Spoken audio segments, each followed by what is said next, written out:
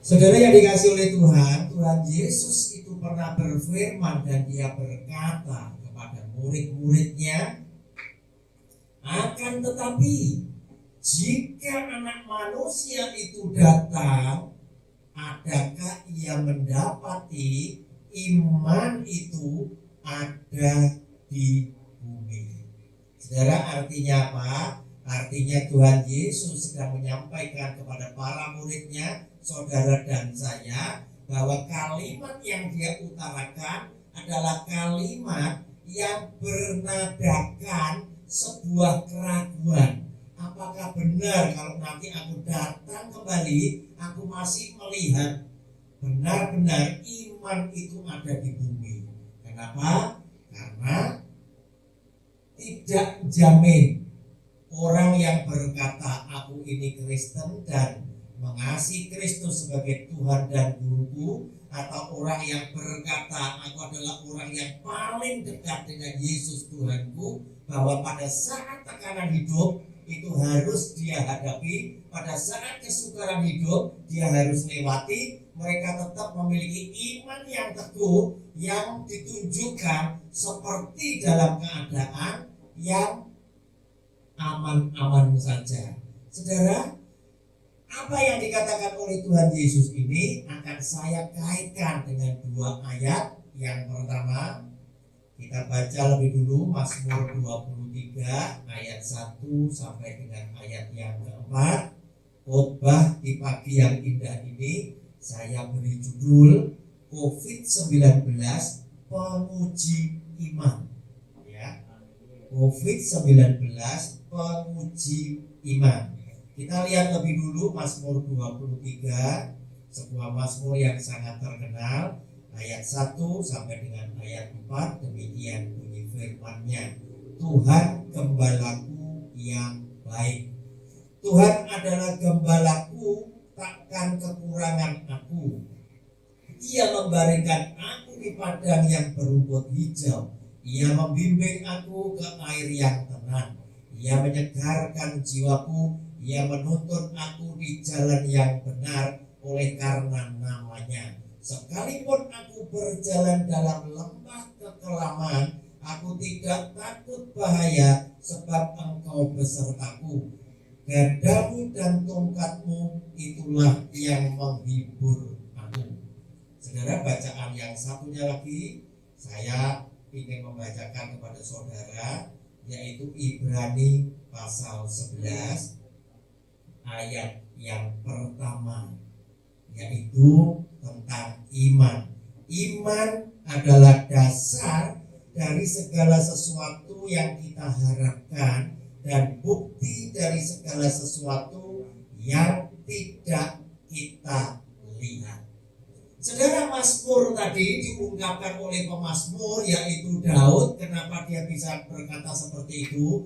Berjalan di dalam lembah kekelaman sekalipun aku tidak akan pernah takut, karena aku tahu Engkau besertaku. Gadamu dan tongkatmu itulah yang menghiburkan aku. Dia adalah orang yang sudah mengalami begitu banyak hidup bersama Tuhannya di tengah-tengah bahaya yang mengancam jiwanya, dan Daud merasakan bahwa Tuhan hadir untuk menolong dia, dan berapa kali dia dilepaskan daripada maut yang sesungguhnya tidak mungkin dia bisa lepas pada saat seperti itu. Sehingga Daud pun pernah berkata, dari manakah akan datang pertolonganku? Pertolonganku adalah dari Tuhan semesta alam. Saudara, ini adalah pengakuan, kesaksian daripada Daud, yang adalah orang yang sudah mengalami begitu banyak peristiwa-peristiwa di dalam kehidupannya dia, di mana jiwanya dia terancam, bagaimana nyawanya sebentar lagi itu akan dicabut oleh orang-orang yang jauh lebih kuat daripada Daud, yaitu Saul. Namun Tuhan selalu datang tepat pada waktunya untuk melepaskan, membebaskan, dan menyelamatkan Daud, sehingga Daud bisa mengucap syukur di dalam Mazmur pasal 23. Saudara, kita tahu ketika orang begitu banyak mengalami masa-masa pahit, masa-masa yang menekan, masa-masa yang tidak mungkin ada orang lain yang bisa menolong dia, tetapi ketika dia berharap bersandar hanya kepada Tuhan dan dia menikmati pertolongan, maka kita yakin orang ini akan memiliki iman yang semakin hari bertumbuh, semakin hari semakin kuat, dan semakin hari semakin teguh dan sempurna. Nah, saudara yang dikasih oleh Tuhan, kita lihat lebih dulu iman itu sebetulnya apa. Tadi di dalam Ibrani pasal 11 ayat yang pertama dikatakan iman adalah dasar dari segala sesuatu yang kita harapkan. Mungkin pada zaman COVID-19 ini saudara punya pengharapan apa? Itu saudara harapkan. Dan dilanjutkan, bukti dari segala sesuatu yang tidak kita lihat. Kita mengharapkan sesuatu tetapi kita belum melihat harapan itu bisa tidak tercapai. Bisa tidak harapan itu bisa dikabulkan sesuai dengan harapanku, itu boleh terjadi di dalam hidupku. Dan iman itu berkata, apa yang tadi engkau harapkan itu dibuktikan dengan segala sesuatu yang boleh terjadi di dalam kehidupan saudara dan saya. Contoh supaya kita gampang menangkap arti iman adalah ketika Tuhan berfirman kepada Abraham yang saat itu Abraham sudah berusia sangat lanjut. Saudara, Abraham sesungguhnya sudah menyerah dan dia berkata dengan permohonan kepada Tuhannya, kepada Allahnya, Tuhan, seandainya boleh, biarlah Ismail itu yang hidup di hadapanmu. Karena Abraham sudah berpikir bahwa Ismail ini pun juga keturunannya dia, anaknya dia, tetapi dari ibu yang bernama Hagar. Saudara, apa yang dikatakan oleh Tuhan, Tuhan menolak permohonan Abraham dan dia berkata, tidak. Keturunan yang aku maksud itu berasal daripada Sarah istrimu, bukan dari Hagar tetapi dari Sarah.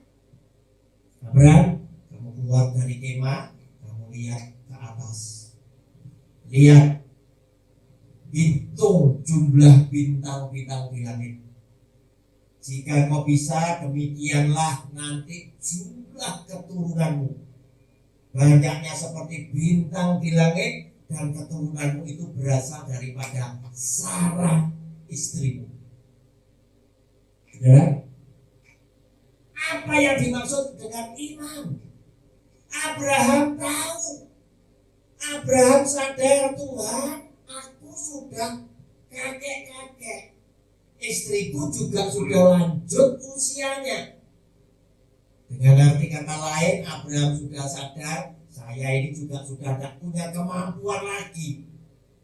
Bagaimana mungkin seorang kakek, seorang nenek akan punya anak? Otaknya berpikir sebagai manusia, dia ngomong di dalam hatinya, mustahil bagi manusia. Tetapi oleh karena yang berfirman kepadaku adalah Tuhan yang menciptakan langit bumi dengan segenap isinya, maka Abraham, di dalam firman Tuhan itu dikatakan Abraham percaya kepada Tuhan. Dan hati kelahiran Ishak itulah bukti daripada apa yang tidak kita lihat. Satu lagi supaya ngeh ya, iman itu adalah juga ketika Tuhan berfirman kepada Abraham, Abraham tinggalkanlah negeri nenek moyangmu dan negeri yang nanti akan aku tunjukkan. Saudara, iman itu adalah melakukan perintah Tuhan walaupun dia tidak melihat. Saat itu Abraham tidak mengerti negeri yang mau ditunjukkan oleh Tuhan, yang dia harus tuju itu negeri yang mana, dia nggak ngerti. Apakah nanti keadaan ekonomiku di negeri yang baru akan lebih baik? Keadaan keluargaku dan rombonganku menjadi lebih sejahtera? Aku tidak pernah tahu. Tetapi oleh karena itu perintah daripada Tuhan, yang walaupun aku tidak melihat apa yang akan terjadi, aku tetap percaya untuk melakukan karena aku yakin apa yang dikatakan Tuhan semata-mata adalah kebaikan untuk aku dan seluruh keluargaku. Itu iman. Nah, saudara yang dikasih oleh Tuhan, kemudian ketika kita ditantang, apakah engkau masih memiliki iman kepada Yesus yang adalah Tuhan, yang semasa belum ada COVID-19, saudara dengan berapi-api engkau berkata aku mengasihi Tuhan dan lain sebagainya, sama seperti Petrus yang begitu berapi-api ketika Tuhan Yesus berkata, nanti ketika aku ditangkap, gembala itu ditangkap, maka akan terguncang semua para rasul-rasulnya ini tadi. Dan apa yang dikatakan oleh Petrus berkata, Tuhan, yang lain boleh lari, yang lain boleh kabur, tetapi aku sekali-kali tidak akan meninggalkan engkau. Aku di penjara, aku siap mati bagimu, aku siap. Saudara, ini yang ditakuti, ini yang dikatakan dengan nada kekhawatiran dari Tuhan Yesus. Jika nanti anak manusia itu datang ke bumi, adakah ia mendapati iman itu ada di bumi? Sekarang di tengah-tengah COVID-19 menekan kehidupan semua orang sedunia, sudah mulai banyak juga orang-orang yang tertekan. Itu belum tentu semakin beriman kepada Tuhan, belum tentu semakin nempel kepada Kristus. Tetapi mungkin di dalam benak pikiran mereka sedang berpikir, sakjane Tuhan ini ngerti enggak? Sakjane Tuhan ini ada atau tidak? Kalau Tuhan ada, kenapa umat manusia sebagai umat ciptaannya Dia yang jumlahnya sekian banyaknya sejagat ini tadi dibiarkan di tengah-tengah tekanan yang luar biasa? COVID-19 jujur aja menakutkan semua orang. Buktinya apa? Semua punya kecenderungan sekarang menghormati, menghargai protokol kesehatan. Keluar kemana-mana pakai masker, sebentar-sebentar cuci tangan. Yang dulu ketemu langsung, salaman langsung, pelukan, sekarang cuma gini dong ya. Karena apa? Saling menjaga. Tidak kepengen nanti aku tuduh aku sing nulari sampean. Situ juga seperti itu, jadi wis waduh-waduhan. Nah gitu. Nah saudara yang dikasih oleh Tuhan, datangnya COVID-19 itu menguji iman semua manusia yang ada di dalam dunia ini dan telah merubah tatanan kehidupan manusia secara menyeluruh. Saudara, adanya COVID membuat penghasilan itu bisa menurun. Sampai Jack Ma tadi juga ngomong, Anda tidak usah mikirkan dalam keadaan COVID ini tadi bisa untung, bisa bertumbuh sekian persen. Tidak usah mikir. Jika Anda bisa hidup selamat, itu sudah untung. Ini orang yang satunya hasilnya turun. Tetapi yang satunya bukan cuma turun, saudara, penghasilannya tidak ada belas. Macam-macam saudara di jagat raya ini sekarang ini dengan adanya COVID yang cuma turun, gajinya dipotong 50%, terus puji Tuhan, ijik enek gawean, puji Tuhan masih ada penghasilan walaupun penghasilannya itu turun separuh. Saudara, COVID-19 mengajar kepada saudara dan saya banyak perkara. Yang dulu suka royal, menghambur-hamburkan penghasilannya, sekarang mulai apa? Jadi orang yang agak pelit. Betul ya? Yang dikalahne adalah hal makanan. Yang biasanya suka jajan sing enak-enak, pasti yang enak itu mahal. Sekarang mesti ngomong, bisa diri aja, betul ya? Mulai menghemat.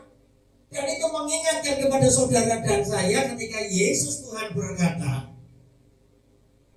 manusia hidup bukan karena roti saja, tetapi firman yang keluar dari mulut Allah. Dan dia berkata, bukankah hidup itu lebih penting daripada makanan? Bukankah tubuh itu lebih penting dari pakaian? Ayo Desember bodoh seragam, gak usah. Ya betul. Desember biasanya nyanyi 1-2 lagu galuk seragam.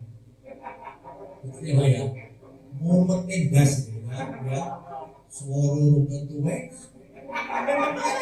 Jujur aja ya.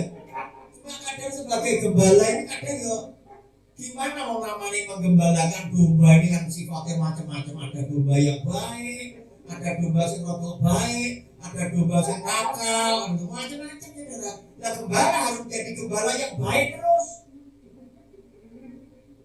Bisa ngerti semua sifat dombanya, sehingga akhirnya Natal yang pentingnya pakai seragam, ya hidup-hidup gitu. Ucapan terima kasih yang sekian lama sudah melayani Tuhan, golek nih seragam. Tetapi pada saat COVID, besok juga usah jadi seragam. Betul. Podo mepete ini.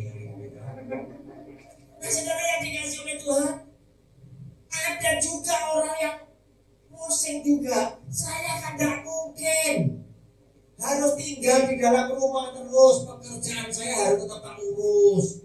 Karena apa? Semuanya ini tetap harus hidup, ini tetap harus berlangsung. Masa yang delik semua kan tidak mungkin. Kalau sakit semua itu keluar, akhirnya ketemu banyak orang dan lain sebagainya. Saudara, perasaan was-was itu ada dan lain sebagainya. Sehingga ada begitu banyak orang yang habis pulang dari bepergian sampai rumah, anjuran protokol kesehatan, ganti pakaian, atus keramas, kakek keramas, berodol kabeh. Gara-gara COVID rambut berodol kabeh, betul. Saudara yang dikasih oleh Tuhan, ini menguji iman saudara dan saya. Tuhan baru saja memberikan latihan sebelum masa sengsara itu boleh terjadi. Apakah dengan COVID ini saja orang-orang itu tetap beriman kepada Kristus? Belum tentu. Buktinya apa?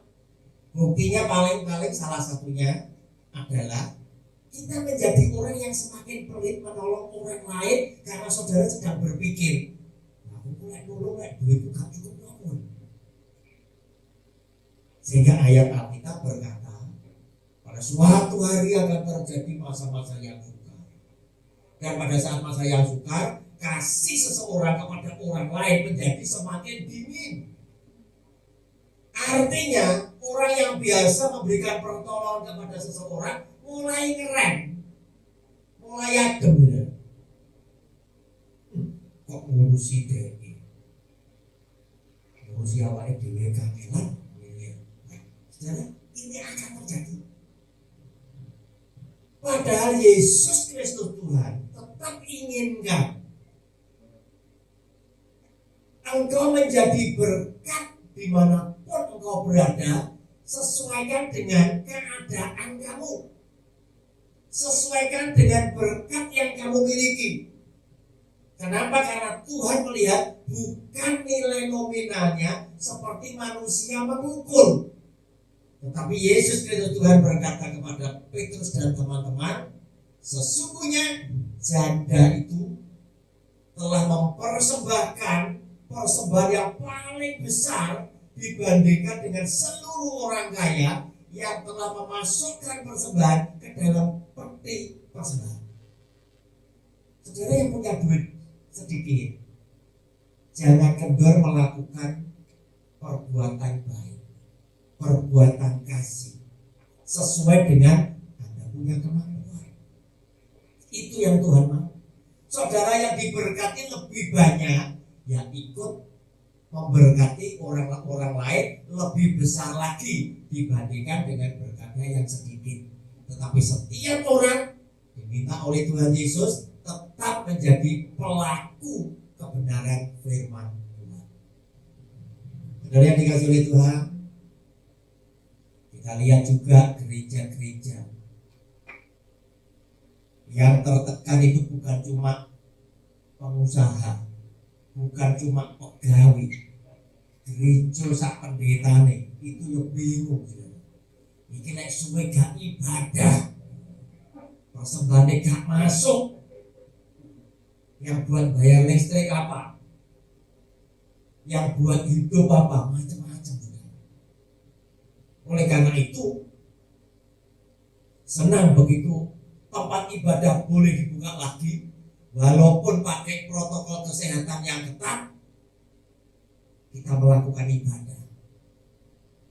Nah, saudara yang dikasihi oleh Tuhan, firman Tuhan mencatat begitu banyak peristiwa-peristiwa yang luar biasa yang telah dialami oleh tokoh-tokohnya, di mana setiap peristiwa dari tokoh-tokohnya itu bisa memberkati kita, menguatkan iman kita, agar supaya di tengah-tengah tekanan yang luar biasa yang hari ini harus kita hadapi bersama, kita tetap memiliki iman yang teguh kepada Yesus yang adalah Tuhan. Saudara yang pasti, orang benar tidak bebas dari masalah. Tetapi dia berjanji, aku akan menyertai engkau sampai kepada akhir zaman, jika hidup saudara dan saya itu benar. Jadi yang disertai pun itu Yesus Tuhan, itu milih juga ya. Tidak semua kita disertai, tidak. Tetapi dia juga milih. Kenapa? Karena orang Kristen datang kepada Tuhan itu juga pilih-pilih. Kadang ada orang yang serius datang ke gereja untuk mencari Tuhannya, tetapi terkadang ada juga orang yang datang ke gereja itu alasannya, nek di gereja aku ketemu koncoku, bukan ketemu Tuhan. Nah, terus ketemu konco mau ada apa? Nanti nek ibadah janjian mangan soto. Nah, itu ya.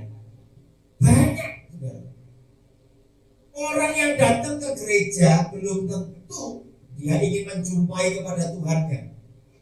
Oleh karena itu, saudara, Tuhan inginkan siapapun yang datang kepada Tuhan adalah orang yang rindu mendengar firman Tuhan dan rindu mengenal Dia lebih dalam dan lebih benar lagi. Saudara, kita lihat ada orang yang namanya Sadrak, Mesak dan Abednego. Ini adalah orang hebatnya Tuhan. Mereka adalah orang-orang yang sengaja ingin hidup benar, hidup kudus. Namun namanya orang benar tidak jamin bebas masalah. Orang benar justru sering menghadapi masalah. Kenapa? Karena ketika engkau hidup menjadi orang yang semakin benar, semakin mengasihi Tuhanmu, engkau akan menjadi orang yang semakin membuat iblis setan itu jengkel. Karena di dunia ini Yesus Tuhan berkata, kamu gak bisa setia kepada dua-duanya. Kamu mesti milih. Kalau engkau milih mengasihi aku, kamu musuhnya Mamon, musuh setan itu tadi. Tetapi kalau kamu milih mengasihi Mamon, kamu jadi musuhku. Pilihan salah satu. Otomatis saudara, ketika engkau memilih menjadi anak Tuhan yang semakin mengasihi Dia, engkau akan menjadi target daripada iblis setan untuk hidupmu, hidup keluargamu itu dihancurkan oleh iblis setan. Karena di dalam Alkitab juga dikatakan iblis seperti singa yang mengaum-ngaum mengelilingi kita. Dengan arti kata lain, jika engkau keluar dari garis kebenaran firman Tuhan, setiap saat iblis ini siap untuk menerkam saudara dan saya. Oleh karena itu, jangan keluar dari kebenaran firman Allah. Sadrak, Mesak, dan Abednego ditanya oleh Nebukadnezar, kamu milih nyembah patung emas yang tak dirikan, atau kamu milih tidak nyembah tapi tak cemplung nih oleh dapur api yang mematikan? Sebenarnya dikasih oleh Tuhan, ngelawan raja, ngelawan kekuasaan sebagai rakyat pasti tidak ada menangnya. Tetapi inilah ujian iman, di mana tokoh-tokoh Alkitab juga termasuk saudara dan saya juga adalah orang-orang yang harus melewati ujian iman yang sama, walaupun tekanan ujiannya itu bisa berbeda. Ini langsung urusannya nyowo. Nek kamu tidak nurut, cemplungnya dapur api yang mematikan. Kalau kamu nurut, sembah patung emas yang tak dirikan, kamu tidak bakal tak masukkan ke dapur api yang mematikan. Nah, saudara yang dikasih oleh Tuhan, orang beriman tahu hidup itu bukan di dunia, hidup itu surga. Dan di dunia itu masanya pendek. Umur manusia 70 tahun, kalau kuat 80. Ada yang 70 tahun di sini. Bapak 70 tahun. Saya enggak meten-meteni Pak, matematika. Ya, matematika.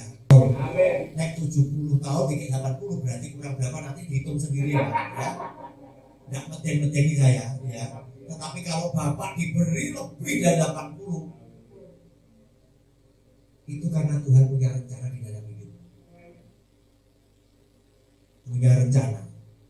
Oleh karena itu, pakai hidup yang diberi oleh Tuhan perpanjangan sebagai sebuah tugas yang Anda harus emban untuk menjadi teladan buat anak cucu yang lain, supaya mereka ketika mereka berdoa, mereka bisa berkata, Tuhan, aku kepengen nyontoh punya iman model Bapak. Nah, saudara yang dikasih oleh Tuhan, Sadrak, Mesak, dan Abednego memilih ngomong sama raja, jika Tuhanku, jika Allahku bisa melepaskan kami dari dapur api yang mematikan, aku bersyukur kepada Dia. Tetapi jika Tuhan Allahmu tidak melepaskan sekalipun, sekali-kali ya Raja, kami tidak akan menyembah patung emas yang Tuanku Raja dirikan. Saudara, itu iman. Kalau Anda langsung memilih kepada siapa, Anda akan terus berbakti. Saudara, dengan demikian pula dengan masa-masa seperti ini. Kalau COVID-19 ini tadi telah menguji banyak iman semua orang saja, termasuk orang yang punya duit, itu pun juga teruji. Teman saya sempat telepon, Ron, kelasku ini kan beda. Bicara urusan makan minum pakaian dalam masalah. Loh, aku ini kok bisa gelisah, kok bisa galau, ini kalau stres kan dia. Biasanya itu bisa jalan di mall, ketemu sapa cuci mata gitu ya. Bisa nongkrong, makan, ngafe dan lain sebagainya. Sekarang nggak bisa. Ternyata punya duit itu juga masalah. Goro-goro enek duit nggak bisa diapa-apakan. Di ngemol ya wedi, ngafe ya nggak iso, bosan. Nah, saudara, belum tentu semuanya orang itu tetap beriman setia kepada Kristus. Nah, saudara yang dikasih oleh Tuhan, Daniel juga diuji dan urusannya nyawa juga. Difitnah, ditangkap karena Daniel tetap sujud menyembah kepada Allahnya. Dia harus berhadapan dengan buah singa. Saudara, orang yang cinta dan beriman kepada Tuhan pasti akan selalu berkata, mati sekalipun aku tidak akan sangkali Yesus sebagai Tuhan. Nah, saudara yang dikasih oleh Tuhan, demikian pula ada begitu banyak orang yang kasihan, saudara. Bukan malas, tetapi dia adalah orang yang rajin bekerja. Tetapi seringkali hari ini di zaman COVID-19, kadang mereka bekerja mati-matian, belum tentu mendapatkan hasil yang sepadan. Bahkan ada yang bekerja hari ini untuk menghidupi keluarganya hari ini. Besok cari kerjaan lagi belum tentu ada. Saudara, firman Tuhan memberikan penghiburan kepada Anda semuanya. Hal ini pernah dialami oleh Petrus dan kawan-kawan ketika mereka mencari ikan di danau. Mereka telah selesai dan mereka tidak mendapatkan apa-apa. Tetapi kemudian Tuhan Yesus naik ke perahu milik Petrus dan dia minta Petrus membawa perahunya agak ke tengah. Dan kemudian Yesus yang adalah Tuhan berkata, Petrus, tebarkanlah jalamu di tempat yang dalam.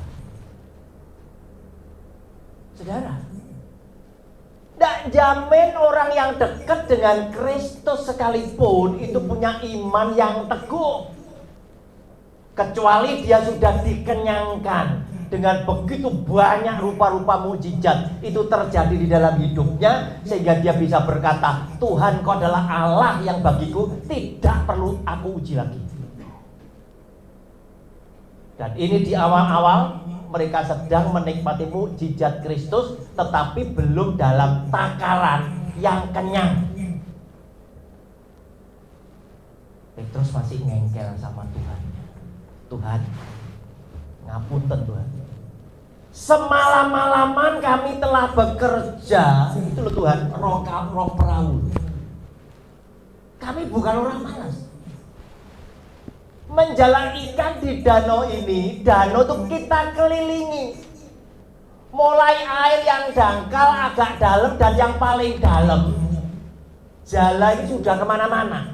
Dan hasilnya, kami tidak mendapatkan ikan. Tetapi, oleh karena Engkau yang menyuruh, kata Yowisnya ini tidak 100%. Betul ya? Karena ketika dia memaparkan bahwa kami semalam-malaman itu sebetulnya ingin kasih tahu kepada Yesus yang adalah Tuhan dan gurunya, danau iki tak jamin 100% kosong. Tetapi oleh karena Engkau yang memerintahkan, maka aku tebarkan juga. Muncalnya belum tentu hatinya sukacita. Ini dilemparnya begar pemingkup daruh. Sekarang kan gitu. Diomongi kosong, orang percaya, kan betul. Saudara, apa yang terjadi? Petrus dan teman-teman kaget. Mereka mendapatkan tangkapan ikan yang selama ini belum pernah terjadi di dalam hidup mereka sebagai seorang nelayan, dan jala mereka itu mulai koyak. Sehingga oleh karena saking banyaknya hasil tangkapan tadi, dia harus teriak kepada perahu yang ada di pantai untuk datang merapat membantu untuk mengangkut jumlah tangkapan yang menurut Alkitab 2 perahu hampir tenggelam. Saudara, apa yang terjadi? Tuhan ingin sampaikan kepada saudara dan saya, walaupun engkau sudah bekerja keras dan tidak ada hasil, tetap percaya. Jangan kau tidak lakukan. Engkau tetap percaya, lakukan dan minta berkat dia. Kenapa? Karena dengan demikian Tuhan ingin tunjukkan kepada Petrus yang sujud menyembah kepada Tuhan Yesus dan berkata, Tuhan, tinggalkanlah aku karena aku adalah orang yang berdosa. Artinya apa? Tuhan, aku ngaku bahwa tadi ketika tak lemparkan tadi, aku tidak percaya bahwa aku akan mendapatkan hasil yang demikian luar biasa. Dan Tuhan ingin sampaikan kepada Petrus lewat hasil itu, Petrus, ketahuilah mulai hari ini, aku adalah Tuhan yang bisa buat yang tidak ada menjadi ada. Kasih tepuk tangan yang mulia. Nah, saudara, dia pun juga adalah Tuhan yang ingin sampaikan kepada saudara dan saya. Ketika hari ini engkau menghadapi persoalan yang mungkin saudara mulai akui, Tuhan, persoalan ini begitu berat bagi kami. Persoalan ini begitu menekan di dalam kehidupan kami. Bahkan kau mungkin berkata, Tuhan, kami sudah tidak sanggup menjalani kehidupan ini. Jangan pandang besarnya kamu punya masalah, tetapi pandanglah bahwa Yesus adalah Tuhan yang lebih besar daripada masalah saudara. Amin.